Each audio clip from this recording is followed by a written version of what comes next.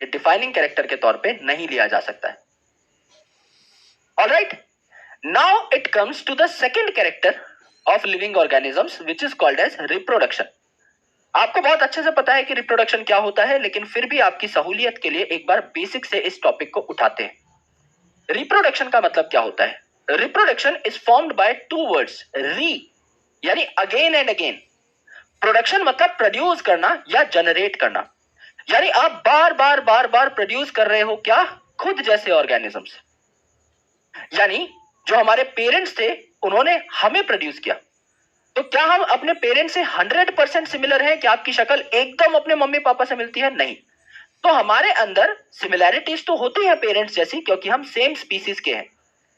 Mother और father भी Homo sapiens थे, हम भी होमोसेपियंस हैं यानी ह्यूमंस हैं, तो we are same, but there would be some differences. भाई, आपको लोग आपके नाम से ही बुलाते हैं, आपका चेहरा देख के आपको पहचान लेते हैं, आपकी मम्मी का चेहरा देख के मम्मी को पहचान लेते हैं, पापा का चेहरा देख के पापा को पहचान लेते हैं, क्योंकि सबके अपने अपने क्या है, पर्टिकुलर कुछ वेरिएशंस भी हैं, right? So you are not 100% similar to your parents, थोड़े बहुत वेरिएशन से थोड़ी बहुत डिफरेंसेस आपके अंदर है, जो आपको एक यूनिक आइडेंटिटी प्रोवाइड करती है ना? अदरवाइज आपकी जगह कोई भी बैंक में जाके आपके पैसे निकलवा ले कि हाँ यार मैं तो उससे एकदम 100% सिमिलर दिखाई देता हूं, क्योंकि हम एक सेक्सुअली रिप्रोड्यूसिंग ऑर्गेनिज्म है। और माइटोसिस में आपको बहुत बढ़िया तरीके से मैंने बताया था, तो माइटोसिस मियोसिस जब पढ़ाया, तो माइटोसिस में चेंजेस नहीं आते बिल्कुल भी, लेकिन मियोसिस में रिकम्बिनेशन और क्रॉसिंग ओवर हो रही थी पकाइटिन फेज के अंदर, उससे आपके नए नए कॉम्बिनेशंस बन रहे थे, तो अल्टीमेटली आप एक यूनिक आइडेंटिटी बन के उभरते हो। ठीक है, तो रिप्रोडक्शन क्या है? ये एक बायोलॉजिकल प्रोसेस है, ये बायोलॉजी में एक प्रोसेस है जिससे ऑर्गेनिज्म जो है खुद जैसे और ऑर्गेनिजम्स प्रोड्यूस कर पाते हैं। और ये रिप्रोडक्शन दो टाइप का होता है, आपको पता है, बचपन से पढ़ते हुए आ रहे हो। असेक्सुअल रिप्रोडक्शन जिसमें सिर्फ एक पेरेंट इन्वॉल्व होता है, और सेक्सुअल रिप्रोडक्शन जिसमें दो पेरेंट इन्वॉल्व होते हैं, जिनके गैमीट्स फ्यूज करके आपको तैयार करते हैं, because you are also a sexually reproducing organism. ठीक है, तो असेक्सुअल रिप्रोडक्शन में एक पेरेंट होता है, इसीलिए इसे यूनिपेरेंटल रिप्रोडक्शन भी कहा जाता है।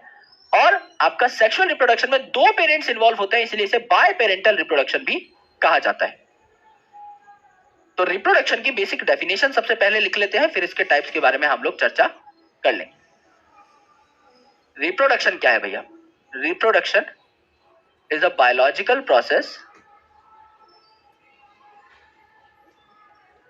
it is a biological process in which organisms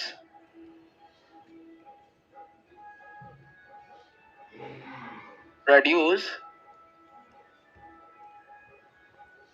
more organisms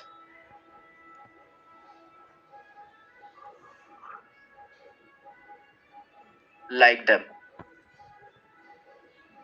more organisms like them, खुद जैसे और ऑर्गेनिजम्स ये बनाते हैं।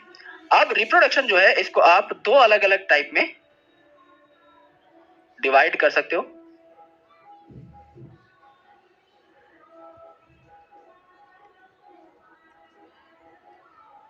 रिप्रोडक्शन को दो अलग अलग टाइप से समझ सकते हो, एक आपका असेक्सुअल रिप्रोडक्शन, एक आपका सेक्सुअल रिप्रोडक्शन। ठीक है, तो यहां पर हम लोग लिख लेते हैं ऊपर कि पहला टाइप ऑफ रिप्रोडक्शन है आपका असेक्सुअल, और दूसरा टाइप ऑफ रिप्रोडक्शन है आपका क्या? सेक्सुअल। अब असेक्सुअल की अगर आप बात करोगे, तो असेक्सुअल रिप्रोडक्शन क्या है दोस्त?